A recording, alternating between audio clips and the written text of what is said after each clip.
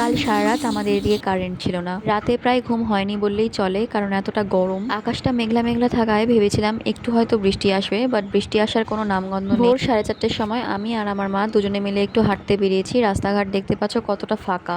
আমরা আমাদের বাগানেই হাঁটছিলাম কিছুক্ষণ, আর তারপর একটু রাস্তার দিকেও বেরিয়েছিলাম। আমরা যখন বেরিয়েছি তখন অনেকটাই অন্ধকার ছিল, তাই প্রথমে প্রায় কিছুই দেখা যাচ্ছিল না, এবং পরে আস্তে আস্তে সবটা দেখা যাচ্ছিল। সকালের ওয়েদারটা বেশ ভালোই ছিল, যে কারণে হাঁটতে বেশ ভালোই লেগেছে। তারপর বাড়ি এসে ফ্রেশ ট্রেশ হয়ে বিছানাটাকে গুছিয়ে নিয়েছি, আর তারপর মা নিয়ে এসেছিল আমমুড়ি। সেই আমমুড়িটাই বাইরে বসে বসে খাচ্ছিলাম। আর তখন প্রায় 6:30টার মতো বাজে, আর দেখলাম তখন সূর্য উঠছে।